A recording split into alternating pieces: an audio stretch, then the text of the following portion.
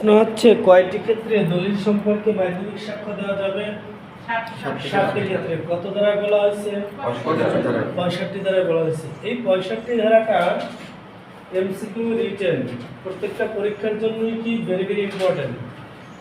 এখন এই 7টা ক্ষেত্র আপনি বুঝা মাথায় সেট করে বসাই নেবেন, যেটা আপনি লিখতে গেলে না বাজে, বলতে গেলে না বাজে।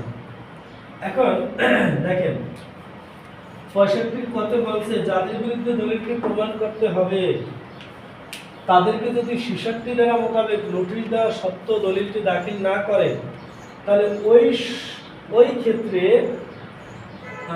দলিল সম্পর্কে মাধ্যমিক সাক্ষ্য দেওয়া যাবে। এক্সাম্পল স্বরূপ একটা দলিল আদালত দাখিল করার জন্য নোটিশ করছে, কিন্তু আপনি দলিলটা আদালতে দাখিল করেন নাই, সেই ক্ষেত্রে ওই দলিল সম্পর্কে দলিলের ফটোকপি দিয়ে সাক্ষ্য চালাই দিতে পারবেন।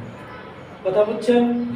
তাহলে ক নম্বরে গেল কি, নোটিশ করা হইলে দাখিল না, নোটিশ করলে না আসলে মাধ্যমিক সাক্ষ্য দেওয়া যাবে। মানে আমরা আমাদের মতো করে লিখলাম, না আসলে কি করা যাবে? মাধ্যমিক সাক্ষ্য দেওয়া যাবে। খ নম্বরে হচ্ছে যাদের বিরুদ্ধে দলিলটি প্রমাণ করতে হবে, যাদের বিরুদ্ধে প্রমাণ করতে হবে তারা নিজেরা অথবা তাদের প্রতিনিধি যদি দলিলের বিষয়বস্তু বা অস্তিত্ব লিখিতভাবে স্বীকার করলে দলিল সম্পর্কে কি করা যাবে? মাধ্যমিক সাক্ষ্য দেওয়া যাবে। বিষয়টা হচ্ছে দলিলের অস্তিত্বটা যদি ওই পক্ষ বা প্রতিনিধি যদি স্বীকার করে, তাহলে ওই দলিল সম্পর্কে কি করা যাবে? মাধ্যমিক সাক্ষ্য দেওয়া যাবে। 3 নম্বরে হচ্ছে দলিলটি হারিয়ে গেলে বা বিনষ্ট হয়ে গেলে, ঠিক আছে, হারিয়ে গেলে বা নষ্ট হয়ে গেছে, মূল দলিলটা হারিয়ে গেলে বা বিনষ্ট হয়ে গেলে কি করতে পারবেন? আপনি মাধ্যমিক সাক্ষ্য দিতে পারবেন। 4 নম্বর হচ্ছে দলিলটি এমন যে সহজে স্থানান্তর করা যায় না, এমন দলিল যা সহজে স্থানান্তর করা যায় না, সহজে হস্তান্তর করা যায় না বা স্থানান্তর করা যায় না, হস্তান্তর করা যায় না। এরপর হচ্ছে এটা বুঝছেন, এমন একটা দলিল আপনাদের বালাম নাকি আছে না বিভাগীয় পর্যায়ে অনেক বড় বড়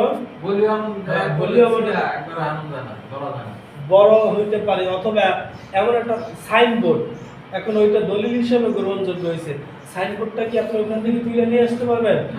তাহলে কি করা যাবে? ওই দলিল সম্পর্কে কি করা যাবে? মাধ্যমিক সাক্ষ্য দেওয়া যাবে। কি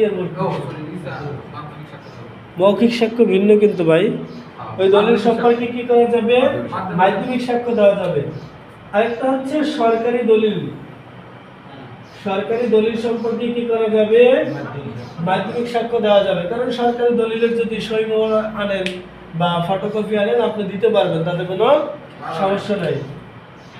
চতে বলা হয়েছে যে দলিলের জাবেদা নকল সাক্ষ্য হিসাবে ব্যবহারের অনুমোদন আছে বা বিধান আছে, জাবেদা নকল সাক্ষ্য হিসাবে ব্যবহারের বিধান আছে। আর 7 নম্বরে হচ্ছে যে দলিলের বিবরণে অসংখ্য ক্ষুদ্র ক্ষুদ্র বিবরণের সমষ্টি থাকে, যেটা আদালতের পক্ষে পরীক্ষা করা সুবিধাজনক নয়। মানে একটা দলিলের বিভিন্ন বিবরণ থাকে, বিবরণ থাকলে যেটা আদালতের পক্ষে পরীক্ষা করা সুবিধাজনক নয়, সেই ক্ষেত্রে কি করতে পারে? ওই দলিল সম্পর্কে মাধ্যমিক সাক্ষ্য দিতে পারে।